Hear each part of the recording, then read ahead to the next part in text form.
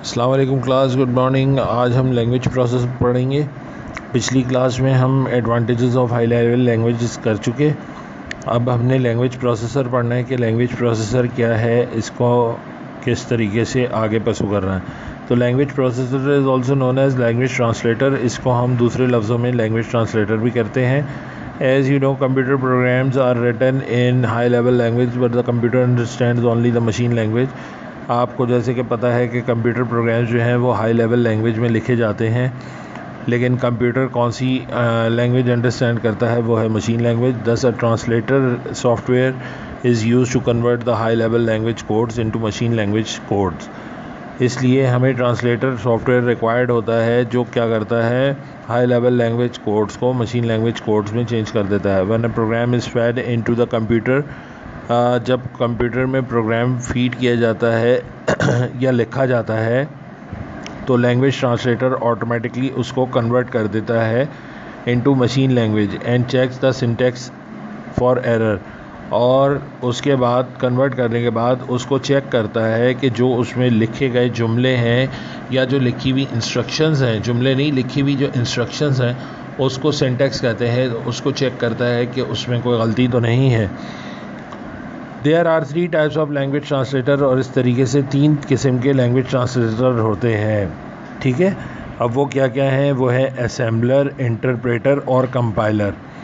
ठीक है, अब assembler is a software that converts the assembly language instructions into the right machine codes. अब assembler software क्या करता है, वो असेंबली लैंग्वेज की इंस्ट्रक्शंस को मशीन लैंग्वेज में चेंज कर देता है।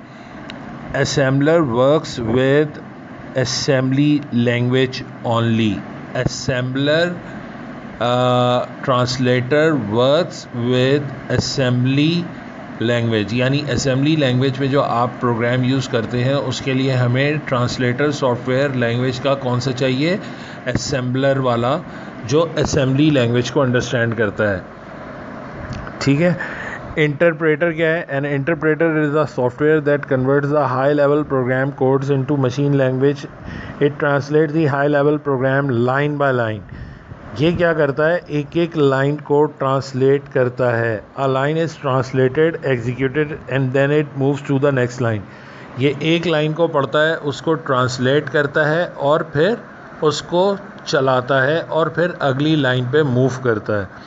इसकी बेस्ट एग्जांपल है इज़ GW बेसिक। इसकी बेस्ट एग्जांपल है GW बेसिक। ठीक है, बेसिक जो है वो हाई लेवल प्रोग्राम है, इसमें हम इंग्लिश में लिखते हैं, इंस्ट्रक्शंस हम इंग्लिश में लिखते हैं प्रोग्राम्स की, और जब हम इसको एग्जीक्यूट करते हैं तो वो लाइन बाय लाइन ट्रांसलेट करता है। Remember this, interpreter translate line by line. एक लाइन को ट्रांसलेट करता है, उसको एग्जीक्यूट करता है, फिर नेक्स्ट लाइन पे रीडिंग के लिए जाता है वो। अच्छा जी, अब आगे हो गया, आगे है compiler. A compiler also converts the high level language programs into the machine language.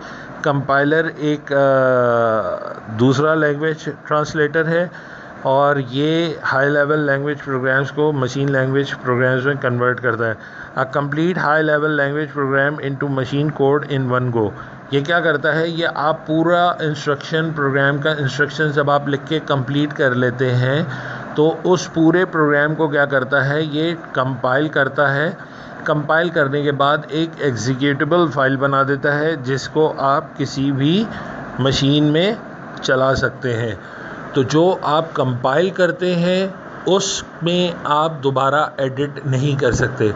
अगर कंपाइलर में है ये कि जो सोर्स प्रोग्राम होता है उसकी कोडिंग अगर आपने लॉस्ट कर दी या आपने डिलीट कर दी या आप गलती से आपने उसको सेव नहीं किया, तो जो प्रोग्राम कंपाइल्ड हुआ होगा उसको आप चेंज नहीं कर सकते।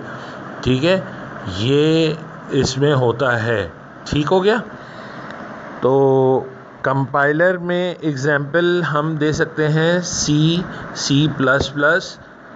ये कंपाइलिंग लैंग्वेज है, ये ट्रांसलेटर यूज़ करते हैं कंपाइलर।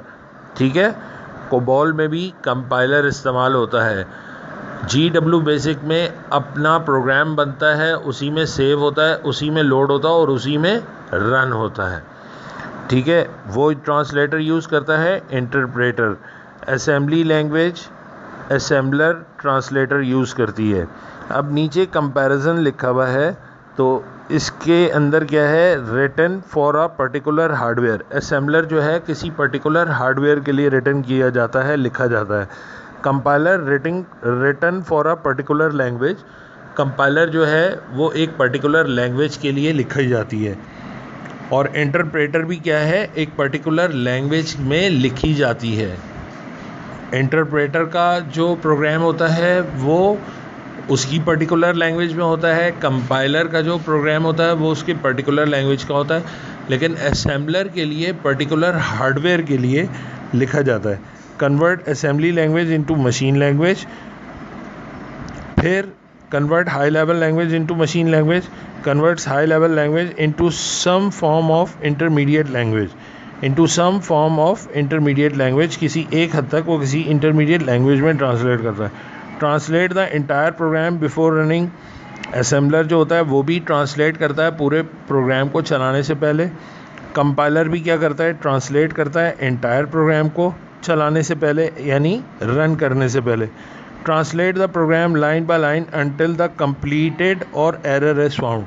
जब तक ये प्रोग्राम, उस वक्त तक वो ट्रांसलेट करता रहेगा जब तक वो प्रोग्राम चलता रहेगा। ठीक है क्या? तो ये आपने कंपैरिजन जो है ये एज इट इज़ उतार लेना है। और जो आपने ये 4 सवाल हैं कि लैंग्वेज प्रोसेसर क्या होता है, असेंबलर क्या है, इंटरप्रेटर क्या है, कंपाइलर क्या है। तो define language processor, what are the types of how many types of language translator। दो सवाल हो गए। तीसरा सवाल हो गया define assembler, define interpreter, define compiler. तो ये 1 2 3 4 और एक 5 सवाल हो गए। ठीक है, इनको कंबाइन कर दें तो डिस्क्राइब लैंग्वेज प्रोसेसर के अंदर ये पूरा सवाल आ जाएगा। ठीक, और अगर सिर्फ आपसे शॉर्ट में पूछा जाए कि डिफ़ाइन लैंग्वेज प्रोसेसर, तो आपने सिर्फ डिफ़ाइन करना है कि लैंग्वेज प्रोसेसर क्या है और इसकी टाइप्स बतानी है। डिस्क्रिप्टिव क्वेश्चन के अंदर ये पूरा लिखा जाएगा, कंपैरिजन नहीं लिखा जाएगा, कंपैरिजन का सवाल अलग है। कोई मुश्किल हो, कोई परेशानी हो, ask me before doing it into the copies.